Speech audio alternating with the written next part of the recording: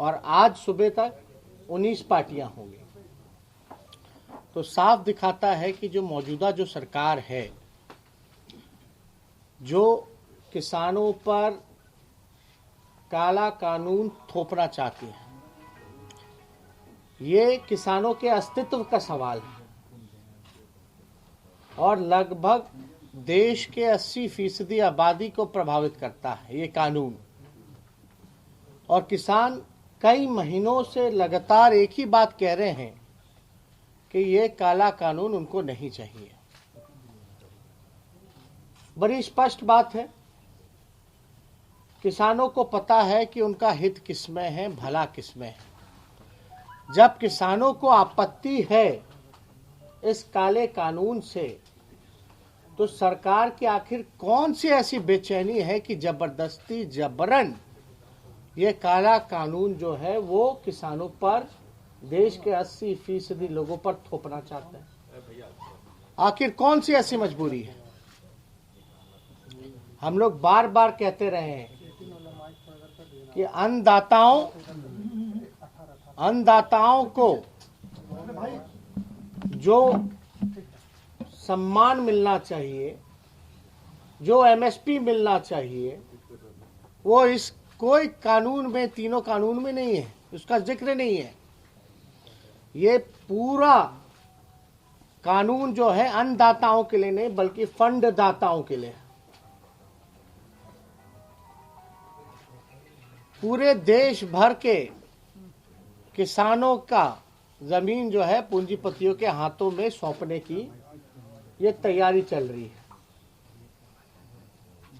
हम लोग बार बार शुरू से ही एक बार हम लोगों ने कहा है कि हम महागठबंधन के लोग, Congress, CPI, CPML, CPM, RJD के लोग मजबूती के साथ किसानों के साथ उनके संघर्ष में हम लोग साथ खड़े हैं। और इसी सिलसिले में हम लोगों ने पहले भी घोषणा किया था कि एपीएमसी कानून जो है उसको बिहार सरकार खत्म करे। जो मंडी व्यवस्था थी, जो बाजार समिति व्यवस्था थी, उसको जो है लागू किया जाए। हमने कई बार ये भी कहा है, और अगर इतिहास के पन्नों पे अगर जा करके देखें तो जब राष्ट्रीय जनता दल की सरकार रही तो एमएसपी से भी अधिक दाम में खरीद फसलों की हुई है। नीतीश कुमार जी ने 2006 में जब ये बाजार समिति, मंडी की व्यवस्था जब खत्म की, तब से हमारा किसान जो है किसान से मजदूर बन गया। और ये कानून अगर चलता रहेगा तो मजदूर से भिखारी बन जाएगा। हम लोग महागठबंधन के सभी साथी पूछना चाहते हैं बिहार के मुख्यमंत्री नीतीश कुमार जी से कि आप चुप क्यों हैं? कृषि बिल को लेकर के आप मौन क्यों हैं? क्या किसान जो कर रहे हैं वो ठीक कर रहे हैं या गलत कर रहे हैं? क्या ये काला कानून सही है, किसानों के हित में है या नहीं है? क्यों नहीं आप जो है इस पे दो शब्द भी नहीं बोल रहे? आखिर क्या मजबूरी है, क्या कारण है नीतीश कुमार जी की चुप्पी इस कानून को लेकर के? क्या मजबूरियां हैं? और 2006 से जब से एपीएमसी कानून है, उसके बाद से बिहार के किसानों को फायदा हुआ है या नुकसान हुआ है? ये बताना चाहिए लोगों को सामने आकर के। हम लोग कोई भी आंदोलन करते हैं, कहीं भी, चाहे छात्रों के लिए आवाज उठाना, युवाओं के लिए आवाज उठाना, संविदा कर्मियों के लिए आवाज उठाना, सरकारी कर्मचारियों के लिए आवाज उठाना, नीतीश कुमार जी लगातार जो है लोकतंत्र का हत्या करने में लगे। केस मुकदमा, जो धरना स्थल है वहां भी नहीं बैठने दिया जाता।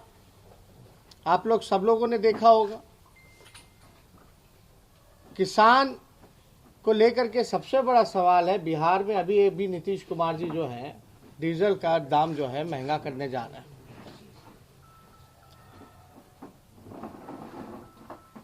तो जब डीजल महंगा होगा तो उससे घाटा किसको होगा, नुकसान किसको होगा? किसानों को होगा। लगातार ऐसे कानून नीतीश कुमार जी जो ला रहे हैं, अब मान लीजिए जो मौजूदा एनडीए सरकार है, ये तो हमारे देश में नारा था, हम लोग बचपन से बड़े हुए हैं यही नारा सुनते सुनते, जय जवान जय किसान।